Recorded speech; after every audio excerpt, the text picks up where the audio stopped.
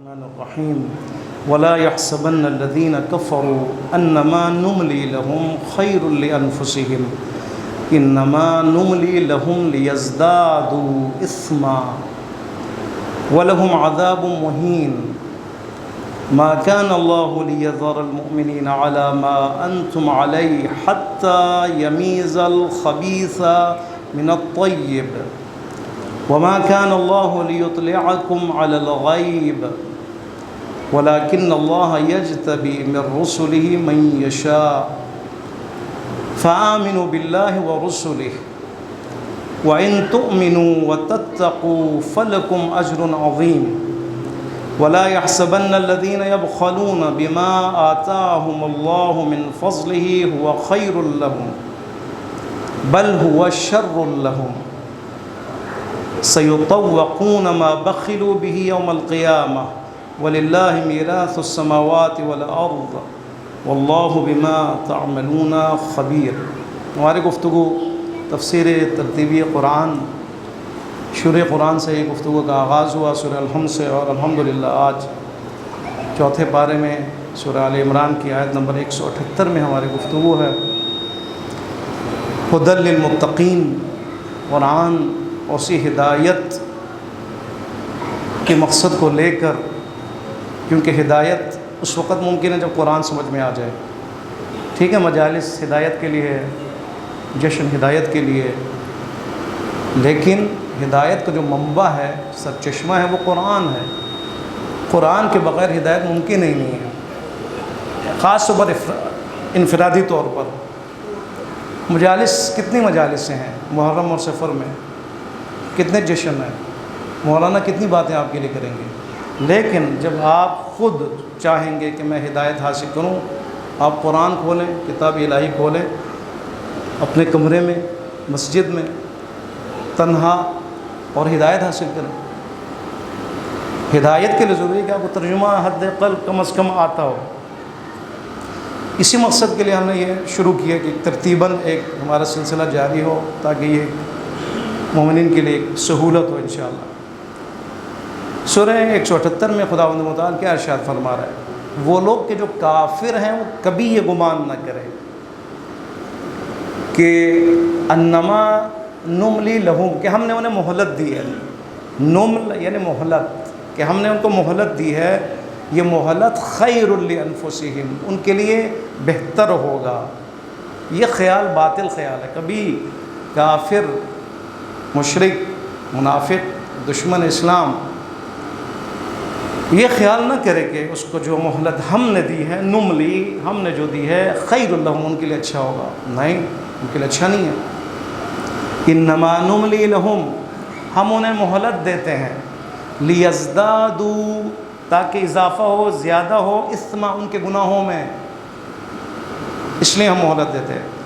وَلَهُمْ عَذَابٌ مُهِينٌ، اب اس کا نتیجہ کیا ہے؟ جب گناہ زیادہ ہوں، عذاب ہے اس کا نتیجہ، آخرت میں عذاب ہے اس کے نتیجہ، دنیا میں ذلت ہے اس کے لیے، دنیا میں شکست ہے اس کے لیے۔ اب دیکھیں پچھلی آیت میں خداوند متعال نے جو تذکرہ فرمایا 172 نمبر آیت میں کافروں کے بارے میں، وہ لوگ کہ جنہوں نے کفر کو خریدا ہے ایمان کے مقابلے میں۔ ہونا کیا چاہیے؟ ایمان کو خریدنا ہے اور کفر کو چھوڑ دینا ہے۔ ایمان اس کو خریدنا ہے۔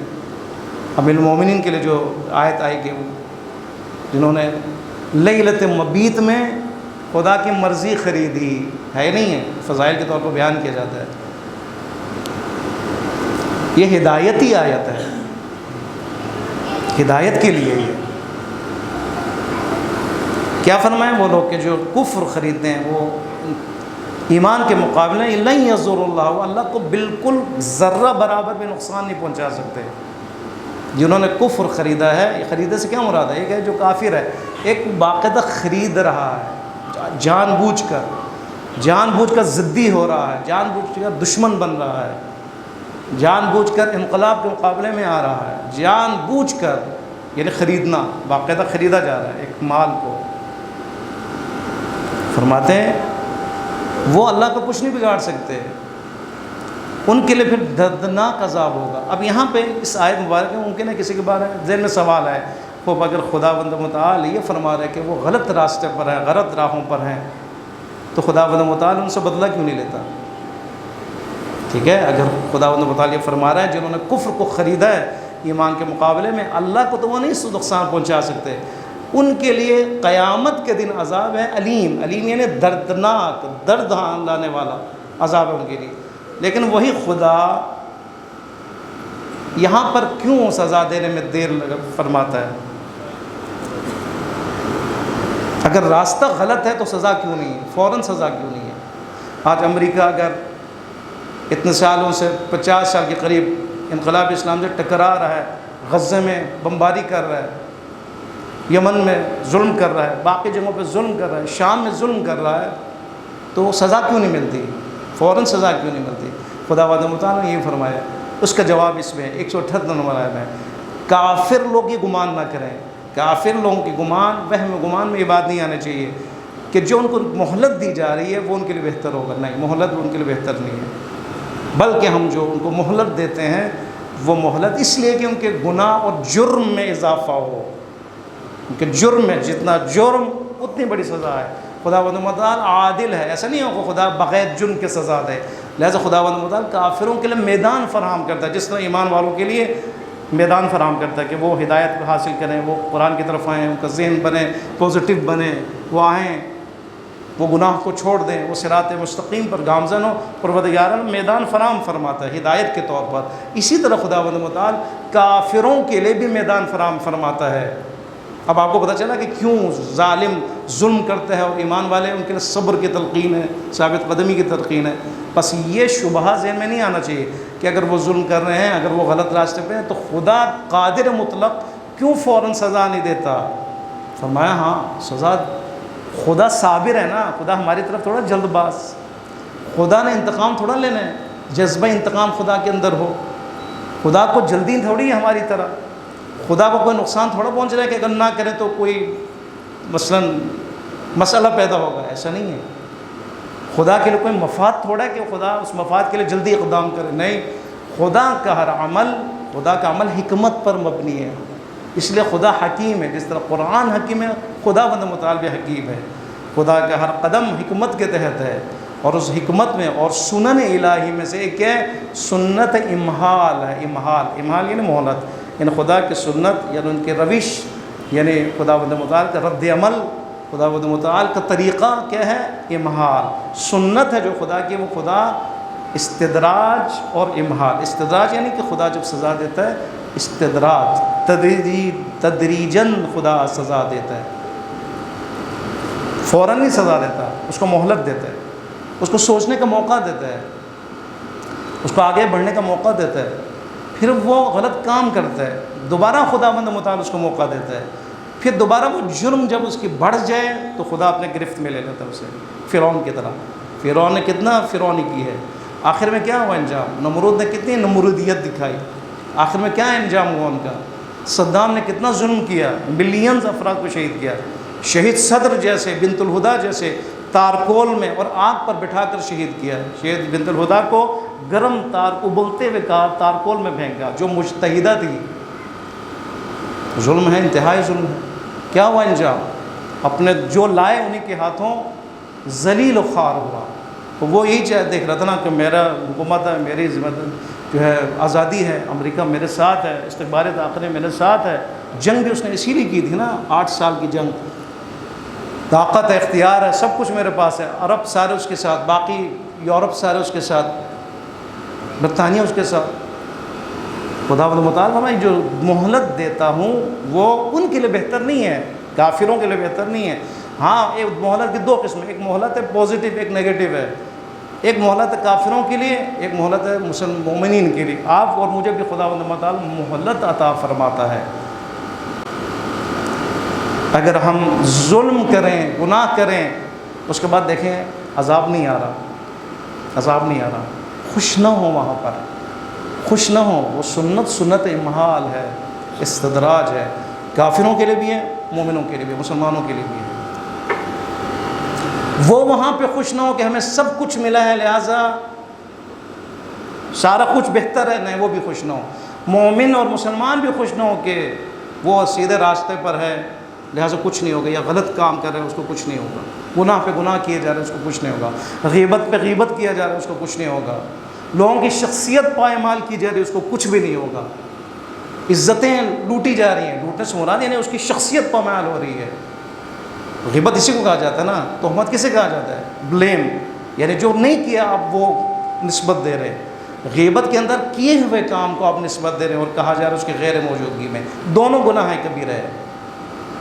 ہم کہتے ہیں نا کیا ہے نا اس لیے بتایا، جو کیا آپ اس کو بتا رہے ہیں وہ غیبت ہے، جو نہیں کیا آپ اس کو نسبت دیں گے وہ تہمت ہے، دونوں گناہ کبیرہ ہے۔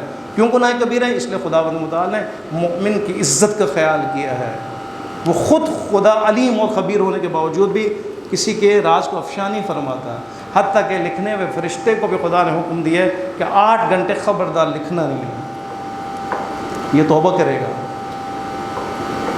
اگلا جو فرشتہ تھا اس کو بھی نہیں پتہ ہوتا کہ اس نے کیا لکھا ہے، اتنا خدا ارحم الراحمین ستار العیوب ہے۔ لیکن ہم علی الاعلان دھڑلے سے کسی چیز کا خیال کیے بغیر تہمت لگاتے ہوئے شرم نہیں کرتے، غیبت کرتے ہوئے شرم نہیں کرتے، خاص طور پر تہمت جو جھوٹ ہے آپ نہیں لگا سکتے کسی کے اوپر، گناہ کبیرہ ہے اور کبھی معافی نہیں ہوں گی۔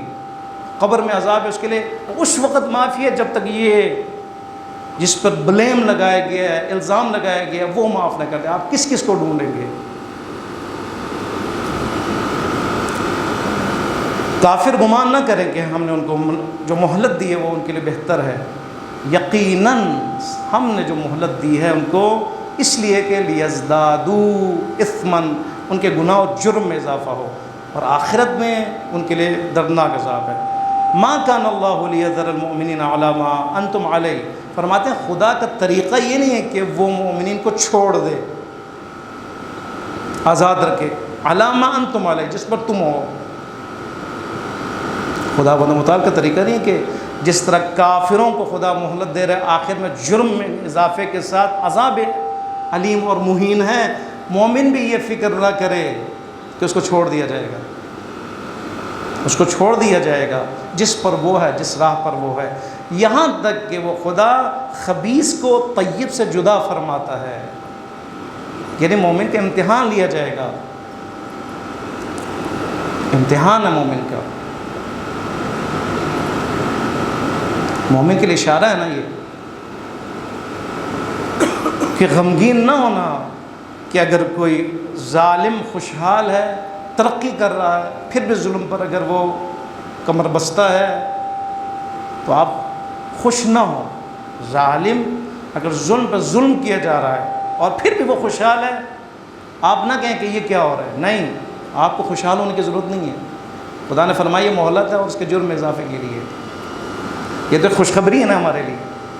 اگر ہم آج دیکھتے ہیں استکباری طاقتوں کو، ان کے پاس سب کچھ ہے، ان کے پاس ٹیکنالوجی ہے، ان کے پاس اطلاعات ہے، ان کے پاس اطلاعات لینے کا طریقہ ہے، رہبر کہاں پر ان کو سارا پتہ ہے، ہر چیز کے ذریعے ان کے فیسلٹیز ان کے پاس ہے، سب کچھ ہے، لیکن ظلم کر رہے ہیں، تو یاد رکھو کہ پریشان نہیں ہونا، اس لیے کہ خدا کے ہاتھ میں سب کچھ ہے۔ فرماتے ہیں کہ مومن کو خدا نہیں چھوڑے گا، مومن کا امتحان لیا جائے گا، امتحان لیا جائے گا، یہاں تک کہ کافر مومن منافق الگ ہو جائے۔ خدا کو تو پتہ ہے نا، امتحان خدا نے اپنی طرف سے نہیں لے رہا، اپنے لیے نہیں لے رہا، خدا ہمارے لیے لے رہا ہے کہ معاشرے میں پتہ چلے کہ کون منافق ہے کون مومن ہے، اور خود اس انسان کو پتہ چلے میں کہاں پر ہوں۔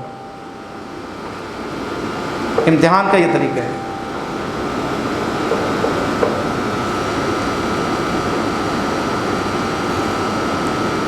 ممکن ہے استاد کو پتہ ہے استاد کو کون نالائق ہے لائق ہے، لیکن امتحان کس لیے؟ تاکہ خود اس کو پتہ چلے، اس کے ماں باپ کو پتہ چلے یہ کہاں پہ کھڑا ہے۔ امتحان ہے اسی لیے کہ مجھے پتہ چلے میں کہاں پہ، کہیں ایسا تو نہیں میرے اندر نفاق ہے۔ یہ نماز جو آپ پڑھیں یہ امتحان ہے، آزمائش ہے۔ خداوند متعال نے فرمایا وہ انسان کہ جو نماز پڑھتا ہے کسالہ، سستی سے پڑھتا ہے، غفلت سے پڑھتا ہے، یہ بھی منافق ہے۔ کیوں؟ عرض کیا آپ کے سامنے، منافق کسے کہتے ہیں؟ دو چہرے، خب دو چہرے ہیں نا، آپ ایک دفعہ کہتے ہیں قربتاً الی اللہ، میں قربت خدا کے نزدیک ہونے کے لیے نماز، نیت تو قربت کی ہو رہی ہے لیکن نماز میں آپ دور ہو رہے ہیں، دو چہرے ہو گئے نا، نیت کچھ اور ہے، عمل کچھ اور ہے۔ خدا نے فرمایا یہ بھی منافق ہے۔ اب نماز بھی ہمارے لیے امتحان ہے، نیت اسی لیے کہ ہم یہ نفاق چھوڑ دیں، نیت اسی لیے کہ توجہ خدا کی طرف دے تاکہ نفاق میں نہ آئے۔ کتنا برا ہے کہ انسان مصلی ہو، نماز گزار ہو، قبلے کی طرف رخ ہو، اللہ اکبر سے اللہ سے اس کی نماز شروع ہو، اللہ سے اس کی نماز کا اختتام ہو، لیکن وہ منافقت کر رہا ہو۔ اللہ اکبر، کتنا خطرناک ہے یہ۔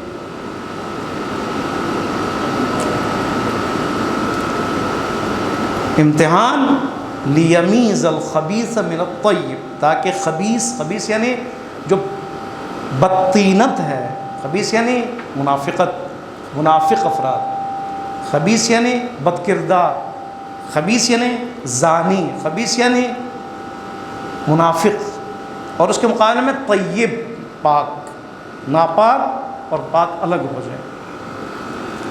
وما کان اللہ لیطلعکم علی الغیب، خدا کا کام تھوڑا ہے کہ تمہیں غیب کا علم دے۔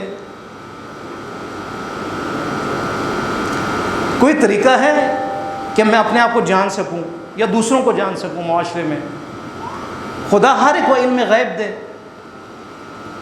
یہ لو جی تمہیں علم غیب دیا، دیکھو وہ گلی میں تمہاری وہ کافر ہے، فلان تمہارا ہمسائے جو منافق ہے، خبردار اسے بچنا، تمہاری یہ حالت ہے تم جنتی ہو، جہنمی نہیں ہو، تمہارا بیٹا جو ہے وہ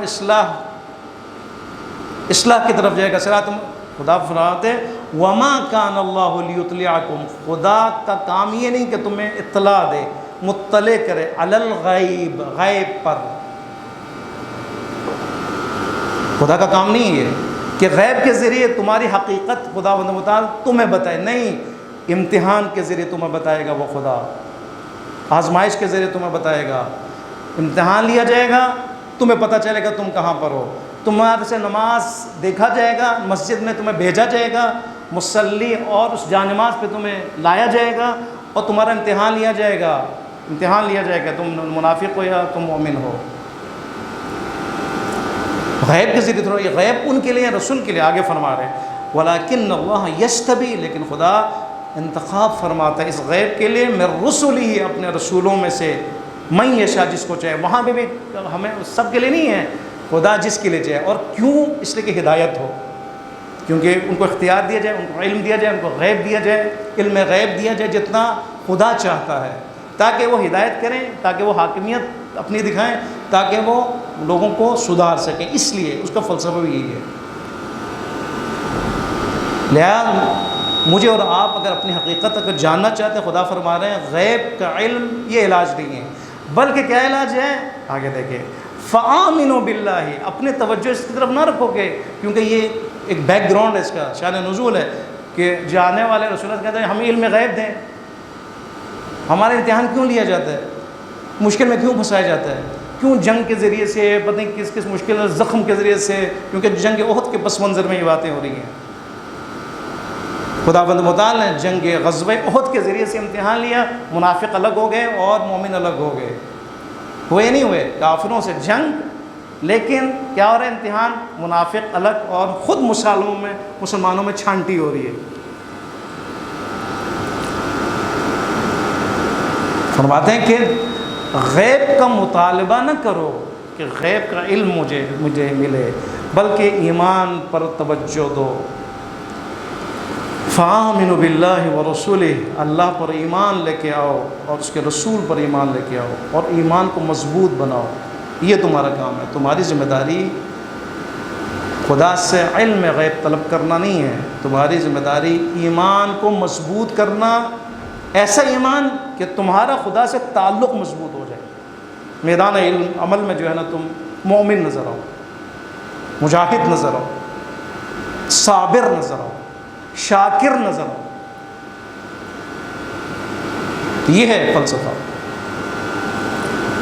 وَإِن تُؤْمِنُوا، اگر تم ایمان لے کے آئے، وَتَتَّقُوا، اور اس ایمان کے نتیجے میں تقوی تم اختیار کرو، خوف خدا تمہارے دل میں ہو، گناہوں سے تم بچو، لباس تقوی تم پہن لو کہ ہر شیطانی تیر سے تم بچ سکو، اور تم عصمت صغریٰ پہ فائز ہو جاؤ، فلکم اجر عظیم، تمہارے لیے اجر عظیم ہے۔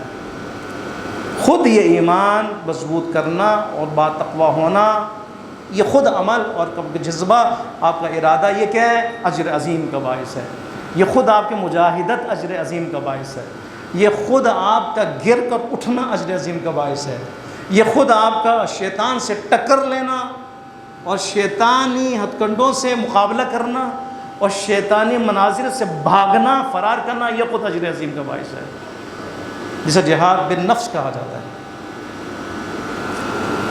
وَإِن تُؤْمِنُوا وَتَتَّقُوا فَلَكُمْ أَجْرٌ عَظِيمٌ وَلَا يَحْسَبَنَّ الَّذِينَ، آخری آیت 180، وَلَا يَحْسَبَنَّ الَّذِينَ يَبْخَلُونَ، وہ جو کنجوس ہیں، بِمَا آتَاهُمُ اللَّهُ مِن فَضْلِ، جسے اللہ نے اپنے فضل سے بہت کچھ دیا ہے، فرماتے ہیں وہ گمان نہ کرے، یعنی یبخلون، وہ لوگ جو بخل کرتے ہیں جبکہ خدا نے ان کو اپنے فضل سے بہت کچھ دیا ہوا ہے، وہ یہ خیال اور گمان نہ کریں کہ یہ ان کے لیے بہتر ہوگا، نہیں ہے بہتر ان کے لیے، مال بچانا ان کے لیے بہتر نہیں ہے، بل ہوا شر لہم، بلکہ وہ یہ ان کے لیے شر ہے، شر، نقصان ہے۔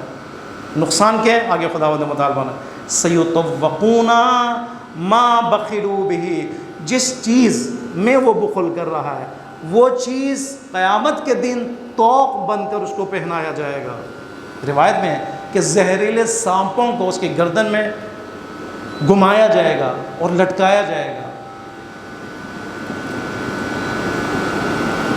ایمان کا تذکرہ ہوا نا، ایمان تقویٰ کا تذکرہ ہوا ہے، اس کی ایک جھلک خداوند مطالبہ رہا ہمارا۔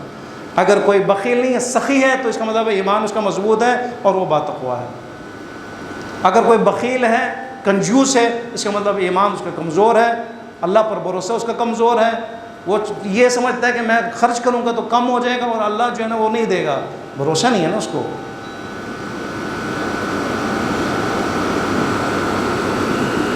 تقویٰ کے خلاف ہے، ایمان کے خلاف ہے۔ اور یاد رکھو فارمولا، یعنی وہ جو پیغام خدا دے رہا ہے، وَلِلَّهِ مِيرَاثُ السَّمَاوَاتِ وَالْأَرْضِ، یہ جو تم مال جس میں کنجوسی کر رہے ہو نا، تیرا مال ہے، تیرا مال ہے، تیرا مال ہی نہیں ہے یہ تو، وَلِلَّهِ، اللہ کے لیے، اللہ مالک ہے، میراث السماوات، زمین اور آسمانوں کا میراث اللہ کے لیے، اللہ مالک ہے۔ کنجوسی کس بات کی ہے؟ اس اللہ نے دی، کنجوسی تم کر رہے ہو، تم خرچ کرو وہ اللہ اور تمہیں دے گا، تم روکو گے اللہ روک دے گا، تم دو گے اللہ سکون عطا کرے گا، نہیں دو گے کیونکہ اللہ کا مال ہے بے سکون ہو جاؤ گے تم۔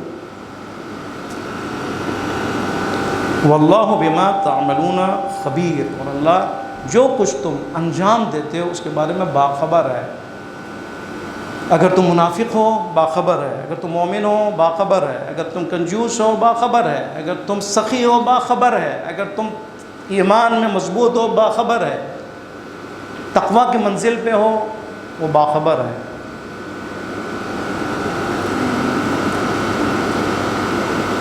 تم باخبر ہو یا نہیں؟ ہاں، آزمائش اور امتحان میں جب تم ہو تمہیں بھی پتہ ہونا چاہیے تمہارے کتنے نمبر ہیں اور تم کہاں پر ہو۔ رہبر عزیز کی شہادت بھی اسی لیے خداوند متعال نے ظاہراً قرار فرمایا کہ پتہ چلے مومن کون ہے اور کافر کون ہے۔ دشمن اگر دشمنی کر رہا ہے تو کس حد تک دشمنی کرے گا۔ اور ابھی بھی جنگ جاری ہے، اور جنگ جو ہے اصلی جنگ اب شروع ہوگی رہبر کی تشیع کے بعد، اور یہ جنگ اس وقت تک جاری رہے گی جب تک اسرائیل کا خاتمہ نہ ہو۔ یہ حکمت الہی ہے، سنت الہی ہے، اور ایران کی اسٹریٹجی یہ ہے، رہبر عزیز کی اسٹریٹجی یہ ہے۔ ظلم دیکھا آپ نے کتنا ظلم ہوا رہبر عزیز پر، فیملی کو شہید کیا گیا، اور جب شہید کیا گیا تو ہمارے دلوں کا کیا حال تھا یہ بھی آپ کو پتہ ہے، مومنوں کے دلوں کا کیا حال تھا یہ بھی آپ کو پتہ ہے۔ لیکن عزادارو، آپ نے یہ بھی دیکھا کہ جب یہ جسد مطہر اور یہ جنازے کربلا اور نجف میں پہنچے تو کیسے استقبال ہوا۔ سوشل میڈیا میں آپ نے دیکھا کہ رہبر عزیز کربلا میں اور اوپر پھولوں کی پتیاں نچھاور ہو رہی ہیں۔ گویا کہ کربلا نے اپنے آغوش میں جگہ دیا، استقبال کیا کربلا اور نجف نے، امیر المومنین نے استقبال کیا، اب عبداللہ حسین نے استقبال کیا، کیوں راہ حسین پر چل رہے تھے، اپنا سب کچھ قربان کیا۔ 37 سال تھکے، لوگوں نے تہمتیں لگائیں، لوگوں نے بہت کچھ کہا، آج آپ نے دیکھا وہی لوگ جو گالیاں دیتے تھے آج وہی شرمندہ ہیں۔ میں کہوں گا یا رہبر عزیز، اے سید و سردار، اے شہید مظلوم، آپ کا استقبال ہوا، لیکن 61 ہجری میں یہی کربلا، یہی سرزمین، امام حسین علیہ السلام رہبر عزیز کے آقا و مولا، وہاں پر پھول کی پتیاں نچھاور نہیں ہوئی بلکہ پتھر مارے گئے، پتھر مارے گئے، کاش پتھر مارتے، لیکن بعد میں اسیر کیے گئے مقدرات کو۔ سید سجاد نے اپنے آنکھوں سے دیکھا، شب شہادت ہے نا آج، امام مظلوم کی شہادت ہے، 35 سال خون کے آنسو رونے والے ہیں سید سجاد نے پورا منظر دیکھا کہ میرے بابا پر پھول کی پتیاں نہیں پھینکی گئی، پیاسے شہید ہوئے۔ اسی لیے مولا جب بھی قصائی کی دکان سے گزرتے قصائی پر کپڑا ڈال دیتے کہ مولا کو نظر نہ آئے، پوچھتے تھے، پھر بھی آپ پوچھتے تھے، اے قصائی بتا یہ جو ذبح کرنے والا ہے جانور ہے، اس کو پانی پلایا ہے؟ کہتے کہ اے مولا کیسے ہو سکتے کہ جانور کو ذبح کرنے سے پہلے پانی نہ پلایا جائے؟ مولا کربلا کی طرف رخ فرماتے یا ابا عبداللہ، یا ابتا، آپ وہ مظلوم ہیں جنہیں تشنہ لب شہید کیا گیا، ذبح کیا گیا۔ جب بھی کسی پردیسی کو دیکھ کے فوراً آ جاتے، جب بھی ناشنا کو دیتے فوراً آ جاتے اس کے پاس، اے غریب، اے پردیسی، مجھے لگتا ہے تو پردیس میں ہے، کہیں اور سے ہے، کہتا ہے یا مولا جی میں پردیسی ہوں، فوراً کربلا کی طرف، السلام علیکم یا ابا عبداللہ، اے میرے مولا آپ پر سلام، کہ آپ کو پردیس میں مسلمانوں نے شہید کیا، تشنہ لب، آپ پردیس میں تھے۔ اللہ لعنت اللہ علی القوم الظالمین، سيعلم الذين ظلموا أن منقلب ينقلبون، إنا لله وإنا إليه راجعون۔ پروردگار بحق محمد و آل محمد ہمیں راہ قرآن پر چلنے کی توفیق عطا فرما۔